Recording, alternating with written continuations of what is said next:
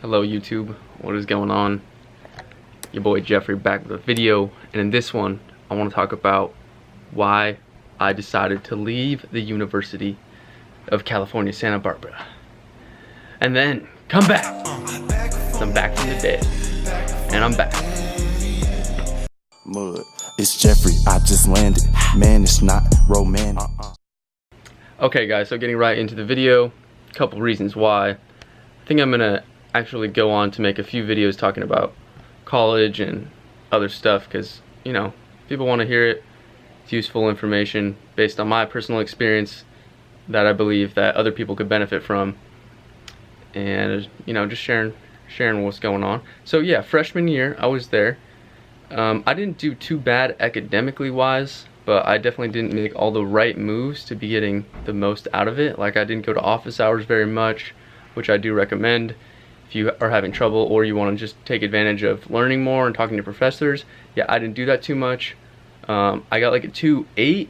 I failed one class, but I did do it pass no pass luckily, so I didn't really have to worry about like any repercussions of failing.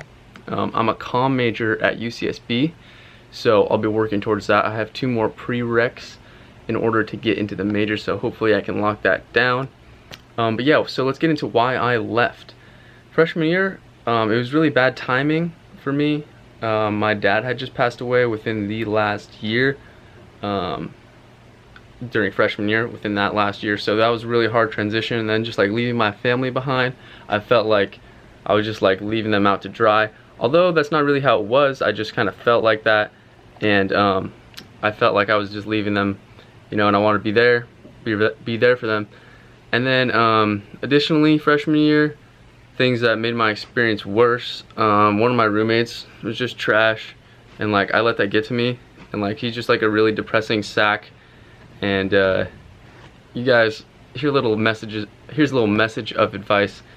If you're like around negative people and you actually let that affect you, it will affect you, and like it will bring you down. So either cut out those people, in which I couldn't though, because I would see him every day, and like I would literally be there every day seeing this negative ass person, and that like brought me down. So just cut them out if you guys can.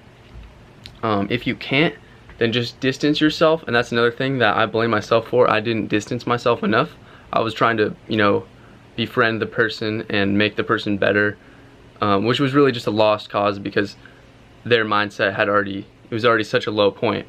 Yeah, so that brought me down. And then I would like complain about it to my other friends, like, oh yo, my roommate, and like they would like sympathize with me and like be like, yeah man, we get it, like it sucks.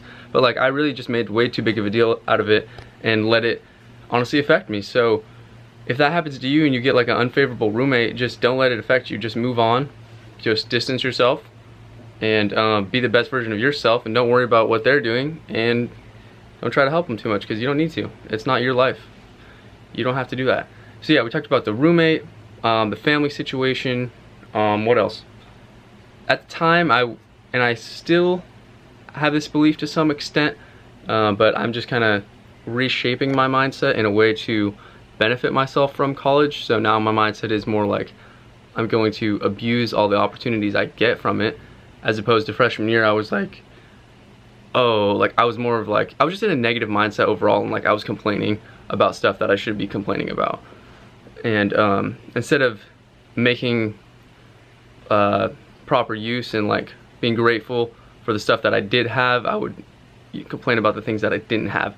And I wasn't using an abundance mindset, you guys. So I want to recommend that to all of you who, in any stage of your life, if you're at a high or a low, if you're sad, if you're happy, if you have an abundance mindset and you think that everything will always be there and there will always be enough and you can always achieve enough, then you will, and you will execute those things. It's really about your belief system, guys.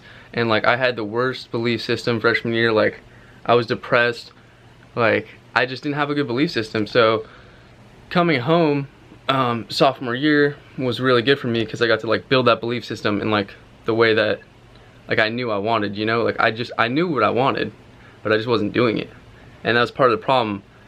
But then I realized it's not, there's this old saying, it's called wherever you go, there you are. So it wasn't the area that I was, like it wasn't Santa Barbara, Santa Cruz Hall, UCSB. It wasn't that. It was really just me going through a tough time. And I thought if I go home, I could fix myself mentally and fix myself just overall, and that would bring me up, and that would make everything a lot better. So that's what I realized. Like, yeah, it wasn't the place, it was me. So I had to fix myself, and I had a whole year at home to do that. And being at home did make it easier, and I was with my family, so that was part of it. You know, I got to be there for my brother's senior year. Got to do all that stuff, so that was definitely part of it. But made a lot of huge growths and progress that year at home, and now I'm back at UCSB because it's a beautiful place. I'm living right on the beach. I can't complain. So I guess I was feeling like one of the things I was feeling was like claustrophobic, and like I was feeling really small, you know. But that goes back to the abundance mindset, where like I didn't have the proper mindset, so that's why I was feeling that way. Had nothing to do with the location, although at the time I did think it was. I made a pros and cons list of why I went, of why to go home or why to stay for that sophomore year. And when I looked at the lists, you know, I made a pros and cons OCC, pros and cons UCSB, and it was really just a no-brainer at the time. So I'm glad I did it. I do not regret anything. And you guys, everyone goes through life at a different pace and a different stage.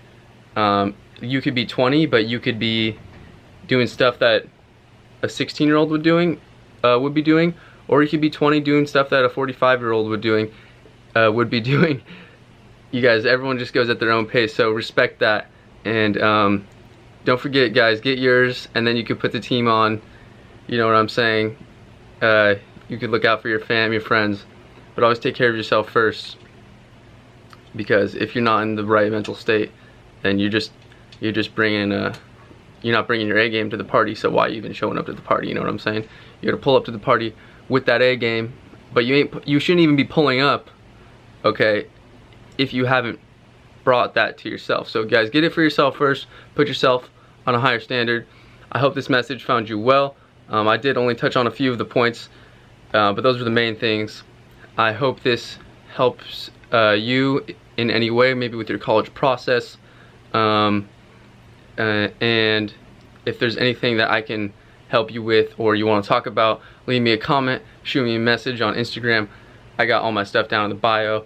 Thank you again for watching. If you did make it all to the end of the video, I appreciate y'all, and have a good one. I'll see you soon with another one. Peace out.